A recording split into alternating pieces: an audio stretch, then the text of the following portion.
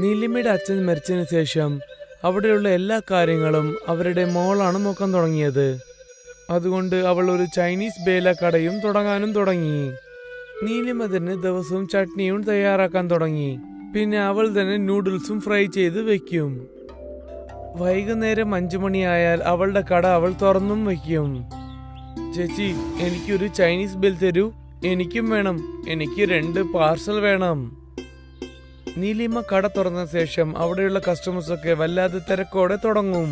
നീലിമ അവിടെയുള്ള എല്ലാ കസ്റ്റമേഴ്സും അവളുടെ സ്പെഷ്യലായ ചൈനീസ് ബേലും കൊടുക്കും. ചേച്ചി, വളരെ രുചിയായിട്ടുണ്ട്, വളരെ അത്ഭുതമായിട്ടുണ്ട്. നാളെ ഞങ്ങൾ വരൂ കേട്ടോ. തീർച്ചയായും വരൂ. നീലിമയുടെ സ്പെഷ്യലായ ചട്നിയും പിന്നെ ആ ചൈനീസ് ബേലും എല്ലാവർക്കും വളരെ ഇഷ്ടമായിരുന്നു. പിന്നെ ആ ഒന്നാണ് കസ്റ്റമേഴ്സൊക്കെ അവരുടെ അടുത്തുനിന്ന് ഇഷ്ടമായപ്പെട്ടത്. ചില നേരം കൊണ്ട് തന്നെ നീലിമ കൊണ്ടുപോയ എല്ലാ സാധനങ്ങളും വേഗം തീർന്നും പോവും. പിന്നെ അവൾ അവളുടെ വീട്ടിലേക്കും തിരിച്ചു പോവും. ഇതാ അമ്മ ഇന്നത്തെ വരുമാനം. വാവ്, ഇന്ന് 600 രൂപ കിട്ടിയിട്ടുണ്ടല്ലോ. അതെ, ഇന്ന് ചട്നിയും നൂഡിൽസും ഒരുപാട് വിറ്റു. നല്ലത്, നാളെയും ഇതുപോലെ ഒരുപാട് വിൽക്ക്. ശരി അമ്മേ. നീലിമ വീട്ടിൽ എത്ര സാധനങ്ങൾ ഉണ്ടാക്കിയാലും അവളുടെ വണ്ടിക്കടയിൽ ഇട്ട ഉടനെ അത് വേഗം തീർന്നും പോവും. എല്ലാം പെട്ടെന്ന് തന്നെ വിൽക്കുകയും ചെയ്യും. ഒരു ദിവസം നീലിയമ്മ വീട്ടിലിരുന്നിട്ട് അവൾ എന്താ ആലോചിച്ചെന്ന് വെച്ചാൽ, അതായത് മേൽക്കൊണ്ട് എന്ത് ചെയ്യണമെന്ന് ആലോചിച്ചു. അമ്മേ, എത്ര ചട്നി ചെയ്താലും ശരി, എത്ര നൂഡിൽസ് ഫ്രൈ ചെയ്താലും ശരി, തീർന്നു പോകുന്നു അമ്മേ. ഇത് നല്ല കാര്യമല്ലേ മോളെ? അത് നേരാണ്. പക്ഷെ കസ്റ്റമേഴ്സ് ഒക്കെ പാവമല്ലേ, ഇല്ലാതെ തിരിച്ചു പോകുന്നു. അങ്ങനെ തന്നെ സംഭവിക്കും. അതിനെന്ത് ചെയ്യാൻ പറ്റും? എന്റെ കയ്യിലൊരു ഐഡിയ ഉണ്ട്. അതെയോ? എന്താ അത്? ചേച്ചി, നിങ്ങൾ റെഡിമെയ്ഡ് നൂഡിൽസും ചട്നിയും വാങ്ങി വെച്ചോളൂ.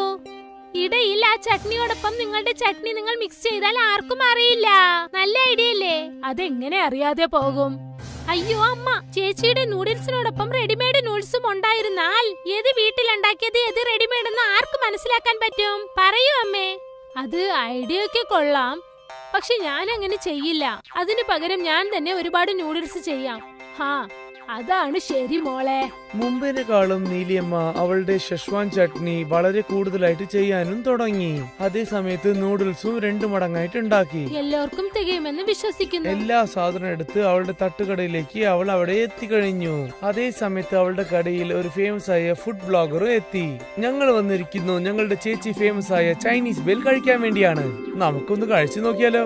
വാവ്, ഇത് വളരെ അത്ഭുതമായിട്ടുണ്ട്. വാവ്, നിങ്ങൾ എല്ലാരും തീർച്ചയായിട്ടും നീലിയമ്മയുടെ ചൈനീസ് ബേൽ ഒന്ന് കഴിക്കാൻ വന്നേ പറ്റൂ.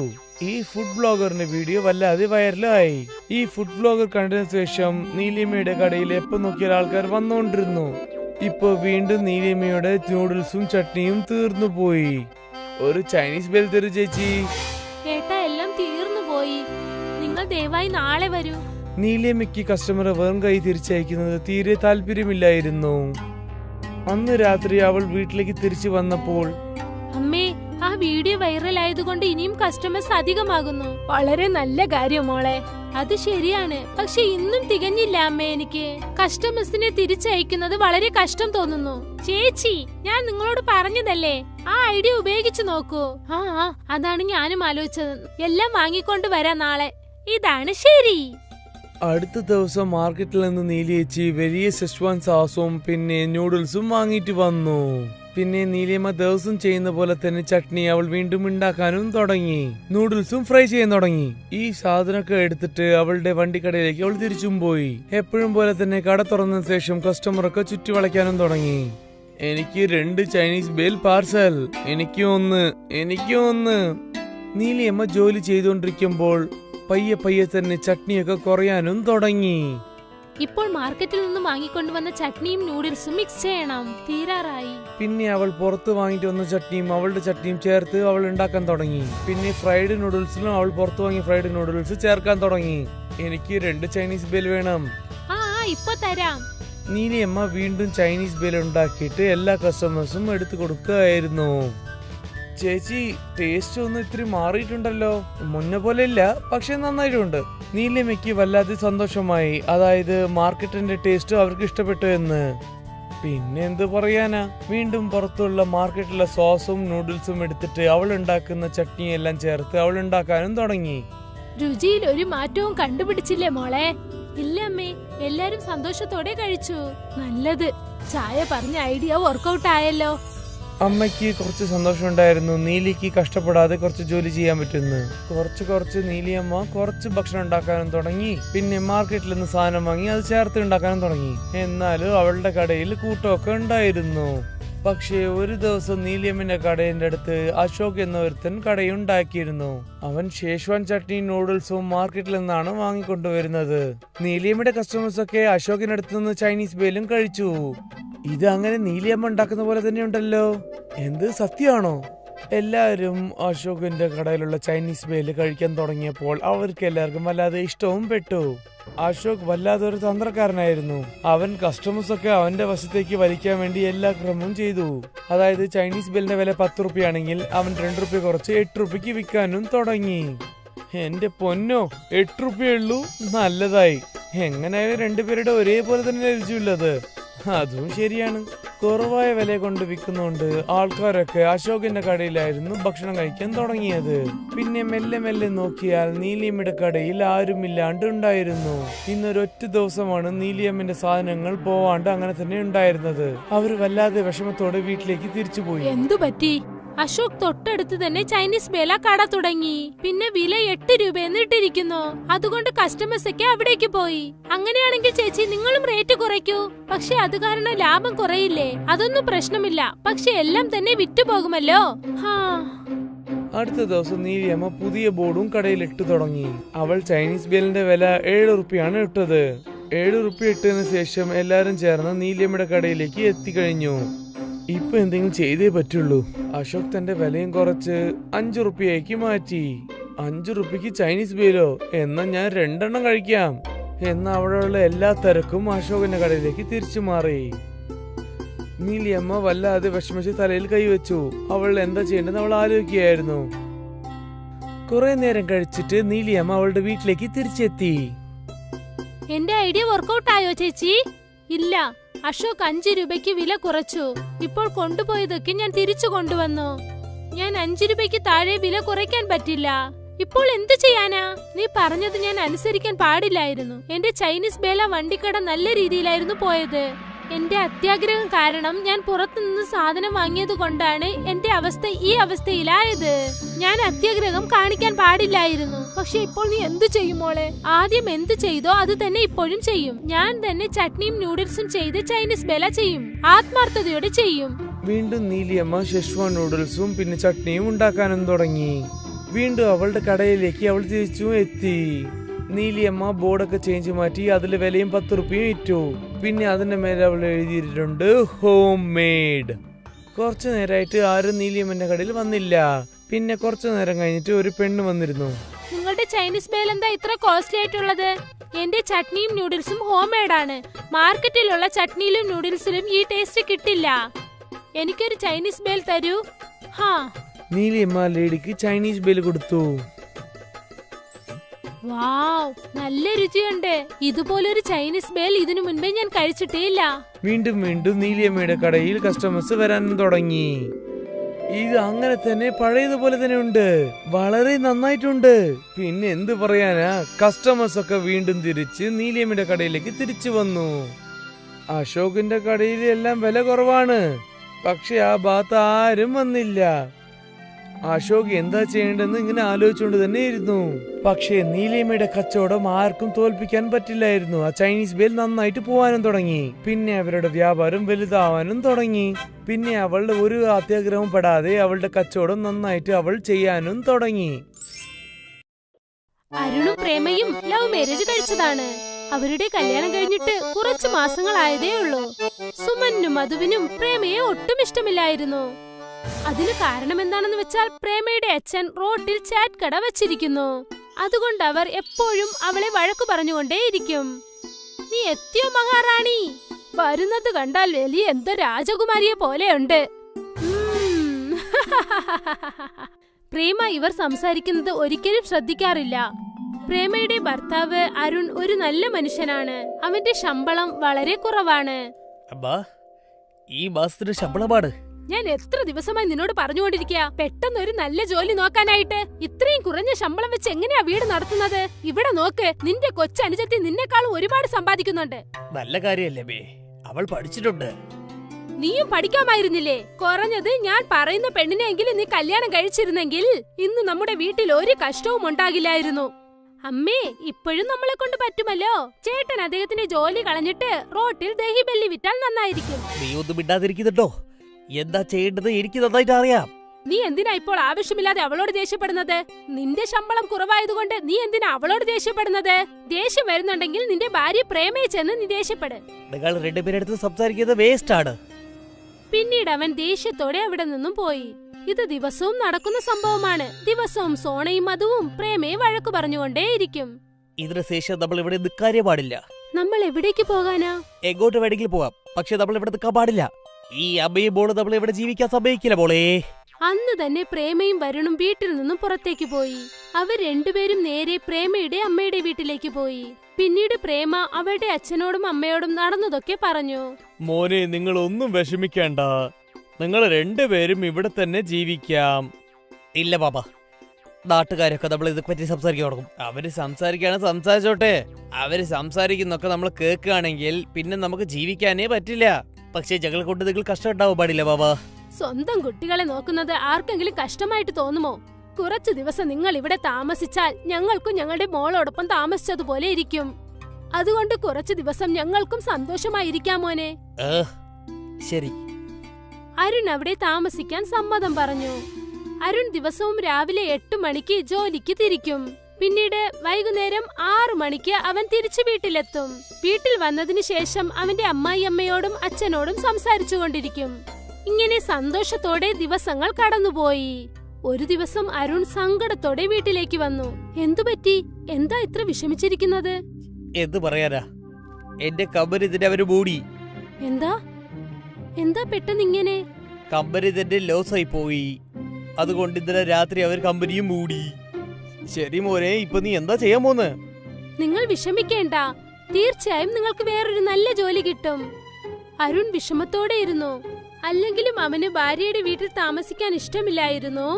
ഇപ്പോൾ അവന്റെ ജോലിയും പോയതിനു ശേഷം അവനൊരു ശല്യമായതുപോലെ അവന് തോന്നി. അടുത്ത ദിവസം രാവിലെ അരുൺ ജോലി തിരക്കാനായി അവിടെ നിന്നും പുറപ്പെട്ടു. അവൻ ഒരുപാട് കടകളിലേക്ക് ചെന്നു, പക്ഷെ എവിടെയും അവന് ജോലി കിട്ടിയില്ല. അതുകൊണ്ട് അവൻ മാർക്കറ്റിലുള്ള കടകളിൽ ജോലി തിരക്കി. ജോലി വേണോ? എനിക്ക് ഈ പഠിച്ചവരൊക്കെ ജോലിക്ക് വേണ്ട, കൂലിക്ക് ജോലി ചെയ്യുന്നവരാണ് വേണ്ടത്. ഞാൻ ചെയ്തോളാം ചേട്ടാ. ശരി, നീ നാളെ വാ. രാവിലെ 10 മണിക്ക് വന്നേക്കണം. ശമ്പളം നിനക്ക് 5000. അരുൺ അതിന് ശരിയെന്ന് സമ്മതിച്ചു. ഒന്നുമില്ലാതിരിക്കുന്നതിന് എന്തെങ്കിലും കിട്ടിയാൽ നല്ലതെന്ന് കരുതി. വൈകുന്നേരം വീട്ടിൽ വന്നതിന് ശേഷം അമ്മായിയമ്മയോടും അച്ഛനോടും എല്ലാം അവൻ പറഞ്ഞു. തെറ്റായിട്ട് വിചാരിച്ചെങ്കിൽ ഞാൻ ഒരു കാര്യം പറഞ്ഞോട്ടെ? പറയൂ ബാബ. നീ പുറത്തു പോയി ഈ കൂലി ജോലി ചെയ്യുന്ന പകരം എന്റെ കൂടെ ചേർന്ന് ദഹിബലി ചെയ്തൂടെ? പക്ഷേ ബാബ, അത് എങ്ങനെയാണ്? മോനെ, അത് നമ്മളുടെ വീട്ടു വ്യാപാരമാണ്. നിനക്കത് ചെയ്യാൻ അറിയില്ല, പക്ഷെ പ്രേമിക്ക് ചെയ്യാൻ അറിയാലോ. അവളത് വളരെ രുചിയോടെ തന്നെ നന്നായിട്ട് ചെയ്യും. ഈ ജോലി നീ കുറവായിട്ട് വിചാരിച്ചിട്ടില്ലെങ്കിൽ നിനക്ക് ഈ ജോലി തീർച്ചയായിട്ടും ചെയ്യാൻ പറ്റും. ഞാൻ ഉറപ്പായിട്ട് പറയാണ്, ഈ ജോലി നീ എടുത്താൽ നീ തീർച്ചയായിട്ടും ഉയർച്ചയോടെ വരും. അരുൺ അദ്ദേഹം പറഞ്ഞതിനെ കുറിച്ച് ചിന്തിച്ചു. അച്ഛന്റെ ആലോചന വളരെ നന്നായിട്ടുണ്ട്. നമുക്കെല്ലാവർക്കും ചേർന്ന് ജോലി ചെയ്യാൻ പറ്റും. ശരി, ഞാൻ ഇപ്പോൾ ചെയ്തോളാം. അരുൺ അതിന് ശരിയെന്ന് സമ്മതിച്ചു. ആ ജോലി വളരെ ചെറിയ ജോലിയാണ്, പക്ഷെ എല്ലാരും എപ്പോഴും ഒന്നിച്ചിരിക്കാം. അടുത്ത ദിവസം രാവിലെ തന്നെ പ്രേമയും അവളുടെ അമ്മയും ദഹിബല്ലി ചെയ്യാൻ തുടങ്ങി. പിന്നെ അരുണും വിജേന്ദ്രയും ദഹിബല്ലി വിൽക്കാനായി അവിടെ നിന്നും പോയി. ദഹിബല്ലി, ദഹിബല്ലി, ചൂടായ ദഹിബല്ലി. ആ ശബ്ദം കേട്ട് കുറെ കസ്റ്റമേഴ്സ് അവിടേക്ക് വന്നു. ഒരു പ്ലേറ്റ് നൽകൂ, അല്പം എരിവുള്ളതാകട്ടെ. ശരി ചേച്ചി. അരുൺ ദഹിബല്ലി പ്ലേറ്റിൽ വെച്ച് അതിന്റെ മേലിൽ തൈരും ചട്നിയും ഒഴിച്ച് അവർക്ക് നൽകി. വാവ് വാവ്, വളരെ നന്നായിട്ടുണ്ട്. പിന്നെ മറ്റു ചില കസ്റ്റമേഴ്സും ദഹിബല്ലി കഴിച്ചു. എല്ലാവർക്കും ആ ടേസ്റ്റ് ഒരുപാട് ഇഷ്ടമായി. അരുണും വിജേന്ദ്ര സിംഗും ചേർന്ന് 500 രൂപ സമ്പാദിച്ചു. അത് കണ്ട് അരുണിന് ഒരുപാട് സന്തോഷം തോന്നി. പിന്നെന്താ, അരുണും വിജേന്ദ്ര സിംഗും ചേർന്ന് ദിവസവും അവരുടെ ദഹിബല്ലി കട തുറക്കും. പിന്നീട് കസ്റ്റമേഴ്സ് വളരെ ആഗ്രഹത്തോടെ ദഹിബല്ലി കഴിക്കും. 1 മാസത്തിനകം തന്നെ അവർ രണ്ടുപേരും ഒരുപാട് കാശുണ്ടാക്കി. ഇത് കണ്ടില്ലേ പ്രഭ, എത്ര പൈസയാണ് ഞാൻ സമ്പാദിച്ചത്? ഇത് എന്റെ ശമ്പളത്തിനെക്കാട്ടും വില കൂടുതലാണ്. നല്ല കാര്യം. ഞാൻ അപ്പോഴേ പറഞ്ഞതല്ലേ മോളെ, നമ്മൾ എല്ലാരും ചേർന്നാൽ നന്നായിട്ട് പൈസ ഉണ്ടാക്കാൻ പറ്റുമെന്ന്. തീർച്ചയായും. അരുണും വിജേന്ദ്ര സിംഗും ചേർന്ന് വളരെ കഷ്ടപ്പെട്ട് ദഹിബല്ലി വിറ്റ് ഒരുപാട് കാശുണ്ടാക്കി. 1 വർഷത്തിനകം തന്നെ അരുൺ സ്വന്തമായ ഒരു വീട് വാങ്ങി. പിന്നെ അവൻ വിജേന്ദ്ര സിംഗിനോടൊപ്പം ചേർന്ന് മാർക്കറ്റിൽ സ്വന്തമായ ഒരു കടയും തുടങ്ങി. ഇപ്പോൾ അവർ രണ്ടുപേരും അവരുടെ സ്വന്തം കടയിൽ ദഹിബല്ലി വിൽക്കുകയായിരുന്നു. പിന്നെ അവർ മറ്റു ചില ആൾക്കാരെയും ജോലിക്കായി വെച്ചു. ഇതുവരെ കൂട്ടുകുടുംബത്തിന്റെ പലരും എന്താണെന്ന് എനിക്ക് അറിയാതെ പോയി. പക്ഷേ നിന്റെ അച്ഛനമ്മ എനിക്ക് എല്ലാം പറഞ്ഞു മനസ്സിലാക്കി തന്നു. അവർ വളരെ നല്ലവരാണ്. പിന്നെ നിങ്ങളും തന്നെ. അപ്പോഴാണ് അവരുടെ വീട്ടിന്റെ കോളിംഗ് ബെൽ അടിച്ചത്. പ്രേമചന്ദ് കതകു തുറന്നു. അവിടെ നോക്കിയപ്പോൾ അവളുടെ അമ്മയും അനിയത്തിയും നിൽപ്പുണ്ടായിരുന്നു. വരൂ വരൂ അമ്മേ, വരൂ, അകത്തേക്ക് വരൂ. പ്രേമയുടെ അമ്മയും അനിയത്തിയും അകത്തേക്ക് വന്നു. മോനെ, എന്നോട് ക്ഷമിക്കണേ മരുമകളെ. ഞങ്ങൾ ചെയ്തത് വളരെ വലിയ തെറ്റാണ്. ഞങ്ങൾ നിങ്ങൾ രണ്ടുപേരോടും ദ്രോഹമാണ് ചെയ്തത്. ഞങ്ങളോട് ക്ഷമിക്കണേ മക്കളെ. നിങ്ങൾ രണ്ടുപേരും ഞങ്ങളെ വല്ലാതെ കഷ്ടപ്പെടുത്തിയിട്ടുണ്ട്. ഞങ്ങളടുത്ത് പൈസ വന്നപ്പോൾ നിങ്ങൾ രണ്ടുപേരും ഒട്ടാ വേണ്ടി വന്നതാണോ? നിങ്ങൾക്ക് ഞാൻ മാപ്പേ തരില്ല. ഞാൻ കഷ്ടപ്പെടുമ്പോഴത് നിങ്ങൾ ആരും ഞങ്ങളുടെ കൂടെ ഇല്ലായിരുന്നല്ലോ.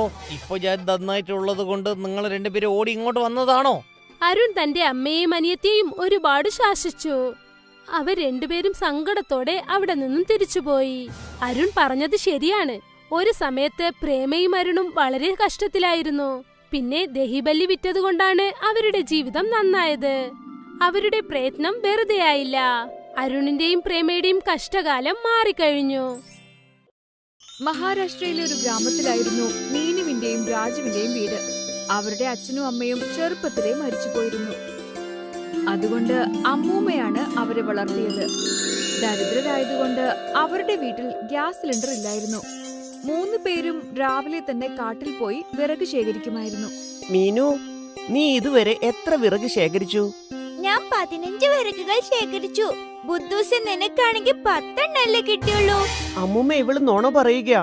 ഇവൾ 10 കഷ്ണമേ കൂട്ടിയിട്ടിട്ടുള്ളൂ. എന്നിട്ട് എന്റെ 5 വിറകുകൾ കട്ടെടുത്തതാ. നിങ്ങൾ ഇങ്ങനെ വഴക്കിടാതിരിക്കൂ. രണ്ടാളും ഇങ്ങനെ മത്സരിച്ചുകൊണ്ടിരിക്കുന്നത് എന്തിനാ? അവനവന്റെ ജോലിയിൽ ശ്രദ്ധിക്ക്, അതിൽ സന്തോഷം കണ്ടെത്ത്. ഒരു ദിവസം രാജുവും മീനുവും അമ്മൂമ്മയും വിറക് കഷ്ണങ്ങൾ ശേഖരിക്കുകയായിരുന്നു. അപ്പോൾ അവർക്ക് ആരോ കരയുന്ന ശബ്ദം കേൾക്കാനിടയായി.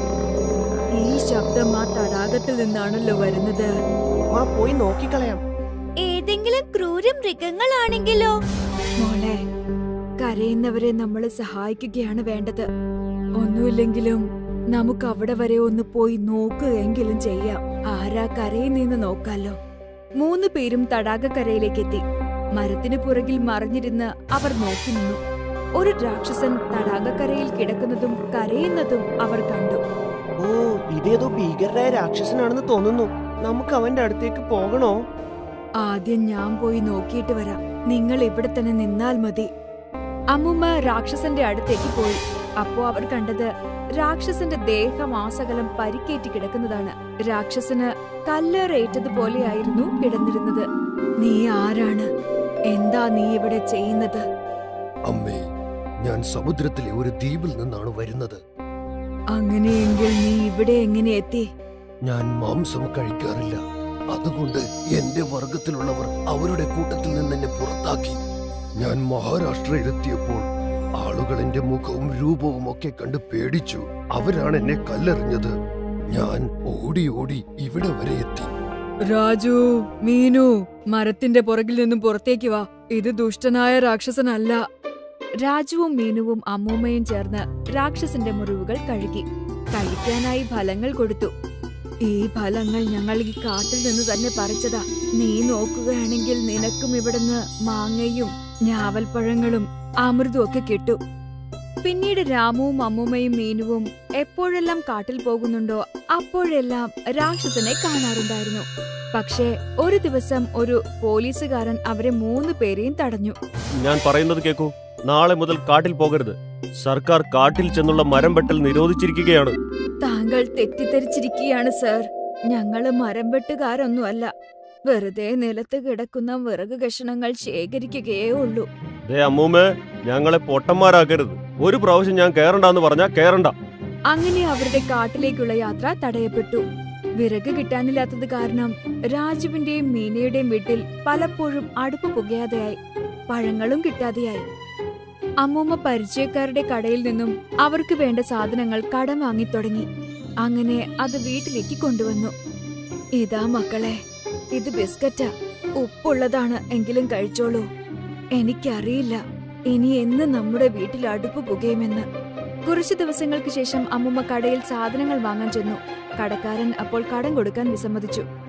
ഇതിനു മുന്നേ വാങ്ങിയ സാധനങ്ങളുടെ പണമൊന്നും തരാതെ പിന്നെയും സാധനങ്ങൾ വാങ്ങാൻ വന്നിരിക്കുന്നു.